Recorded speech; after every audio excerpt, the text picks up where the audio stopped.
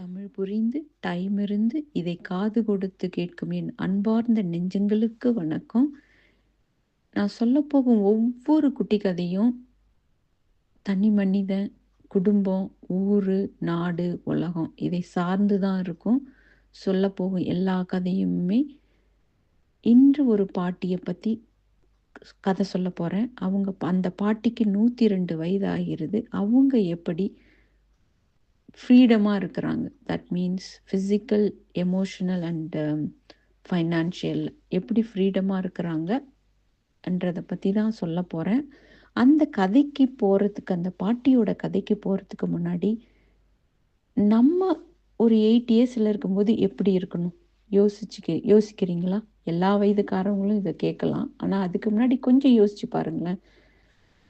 ஆனா நான் என்ன யோசிச்சேன்னா 80 வயசுக்கு மேல ஃபிசிக்கலா எப்படி ஃப்ரீடம்னா, எனக்கு தண்ணி வேணும்னா நானே எடுத்து குடிக்கணும். பாத்ரூம் போகணும்னா யார் உதவியும் இல்லாம நானே போய் வரணும். என்னோட மாத்திரை என்ன மாத்திரைன்னு எனக்கு தெரிஞ்ச அந்த மாத்திரைய சாப்பிடணும். அதுதாங்க நான் நான் புரிஞ்சுக்கிட்டது அதுதான் ஃபிசிக்கல் ஃப்ரீடம். 2வது எமோஷனலா இருக்கிறது. டிமென்ஷியா இல்லாம நம்ம பேசுறது ஒரு சென்சிபிளா இருக்கணும். மத்தவங்களுக்கு சொல்லும்போது, அவங்க கேட்கறதுக்கு நம்ம பதில் சொல்லணும். அந்த மாரி இருக்கணும். ஃபைனான்ஷியலான்னு சொல்லும்போது, நம்ம சம்பாதிச்ச மணி நமக்கு அந்த நேரத்துல உதவணும். அந்த மணிய வச்சு நம்ம யாரு கையும் டிபெண்ட் பண்ணாம வாழணும். அதுதாங்க ஃபைனான்ஷியல் ஃப்ரீடம். இப்படி வாழ்ந்த ஒரு பாட்டிய பத்தி தான் இப்ப நான் சொல்லப் போறேன். வாங்க கதைக்கு போலாமா? பாட்டிய பார்க்க போம்போது, நான் ஒரு ஹாஸ்பிட்டல்ல நர்ஸா இருக்கிறதால, ஒவ்வொரு பேஷண்ட்ட பார்க்க போம்போது, அவங்க ஹிஸ்டரிய டிஸ்கஸ் பண்ணி, அவங்களுக்கு என்ன பிரச்சனை, இப்ப எதுக்காக பார்க்க போறோம்ன்னு டீம்ல டிஸ்கஸ் பண்ணிட்டு, அப்போ ஒவ்வொருத்தவங்களா பார்க்க போவோம். அப்படி பார்க்க போன கதையில அந்த பாட்டிய பார்க்கறதுக்கு காலிங் பெல்ல அழுத்துனா, அந்த பாட்டியே கதவ திறந்தாங்க. திறந்துட்டு அவங்களுக்கு வேண்டிய நீடு என்னான்னு எல்லாம் பண்ணி முடிச்சுட்டு, அப்புறம் முடிச்சதும், "பாட்டி நீங்க ரொம்ப அழகா இருக்கீங்களே! உங்களுக்கு வயசு என்ன 80ஆ?" அப்படின்னு நான் கேட்டேன். எனக்கு வயசு அவங்களுக்கு 102 வயசுன்னு தெரிஞ்சா கூட. ஆனா அந்த பாட்டிக்கு அப்படி ஒரு சந்தோஷங்க. 80 வயசுன்னு சொன்னதும். "No, no, no. நான் எனக்கு 102 வயசு ஆயிடுச்சு." அப்படின்னு சொல்லிட்டு, "அப்போ உங்க ஸ்கின் எல்லாம் ரொம்ப அழகா இருக்கே!" அப்படின்னு. அதுக்கு போய் அவங்க என்ன அழைச்சிட்டு பாத்ரூம்ல கைய பிடிச்சு அழைச்சிட்டு போயிட்டு, "இந்த கிரீம தான் டேல யூஸ் பண்றேன். இந்த கிரீம தான் நைட்ல யூஸ் பண்றேன்." அப்படின்லாம் சொல்லி முடிச்சுட்டு, அப்புறம் சோஃபால திருப்பி அவங்க ஹால்ல உட்காந்துட்டு, "இந்த வருஷத்தோட என்னோட ரெசல்யூஷன் என்ன தெரியுமா? இந்த வீட்ட வித்துட்டு ஒரு ரெசிடென்ஷியல் ஹோம்ல போய் இருக்கிறது தான் என்னோட ரெசல்யூஷன். ஏன்னா, சமைக்கிறது, துவைக்கிறது இதெல்லாம் இல்லாம கொஞ்சம் ஃப்ரீடமா வாழணும்னு ஆசைப்படுறேன். இவ்வளோ நாள் பண்ணது போதும்." அப்படின்னு சொன்னாங்க. ஆனா வீட்ட அவ்வளவு நீட்டா வச்சிருந்தாங்க.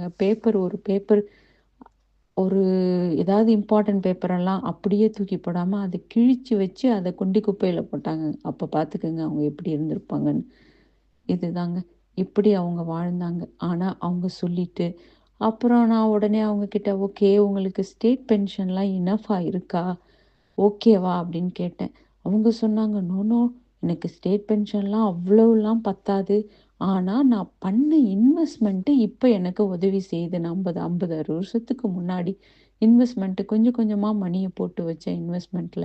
ஆனா இப்ப அது எனக்கு ரொம்ப உதவி செய்யுது." அப்படின்னாங்க. அவ்வளவுதாங்க எனக்கு தலையே சுத்துச்சு. காலே நிக்க முடியல. அப்படியே அவங்க காலுக்கடி அவங்க உட்கார்ந்திருந்தாங்க. அப்படியே கொஞ்சம் கொஞ்சமா அப்படியே உட்கார்ந்துட்டேங்க. கடவுளுக்கு முன்னாடி நம்ம சரணாகதி ஆவோம்ன்னு சொல்லுவோம் இல்லைங்களா? அதுபோல ஒரு 3, 4 நிமிஷம் உட்காந்துட்டு, அப்புறம் "இத பத்தி சொல்லுங்களேன்" அப்படின்னு சொன்னேன். "இன்வெஸ்ட்மென்ட்னா என்ன? அத பத்தி சொல்லுங்களேன்." "இல்ல, இல்ல. நான் சம்பாதிக்க ஆரம்பிச்சேன் 17 இயர்ஸ்ல. அப்புறம் ஒரு 20 இயர்ஸ்லேருந்து கொஞ்சம் கொஞ்சமா மணிய போட்டு ஒரு கம்பெனியில இன்வெஸ்ட்மென்ட் ஐ திங்க் நான் 25 இயர்ஸ்ல தான் ஆரம்பிச்சேன். இந்த மணிய கொஞ்சம் கொஞ்சமா இருக்கிறதுல என்னோட வர சேலரிலேருந்து கொஞ்சம் கொஞ்சமா போட்டு வச்சேன் இன்வெஸ்ட்மெண்ட்ல. அதில இண்டெக்ஸ் ஃபண்ட் வாங்குனேன். இப்ப அதுதான் எனக்கு உதவி செய்யுதுன்னு சொன்னாங்க. அந்த மணியில தான் போய் ஒரு நல்ல ரெசிடென்ஷியல் ஹோம்ல வாழப் போறேன். இருக்கலான்னு இருக்கிறேன் இருக்கிற காலத்துல அப்படின்னாங்கங்க. இருக்கிற காலமா ஆல்ரெடி அவங்க 102 வயசு அப்படின்னு நானே நினச்சிட்டேன். ஆனால் அப்படி அதை கேட்கும்போது எனக்கு அப்படி ஒரு சந்தோஷம், பூரிப்புன்னு சொல்லுவாங்களா, அந்த மாதிரி ஒரு சந்தோஷம் கிடைச்சிச்சு.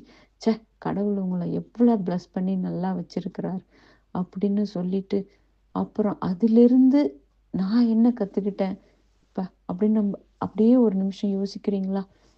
இந்த பாட்டி என்ன ஒரு ஃப்ரீடம் இருக்கிறாங்க. எல்லா விஷயத்திலும் அவங்க ஃப்ரீடம். தனி மனித உரிமை இதுதாங்க தனி மனித ஃப்ரீடம் நான் ஃபீல் பண்ணுனேன்.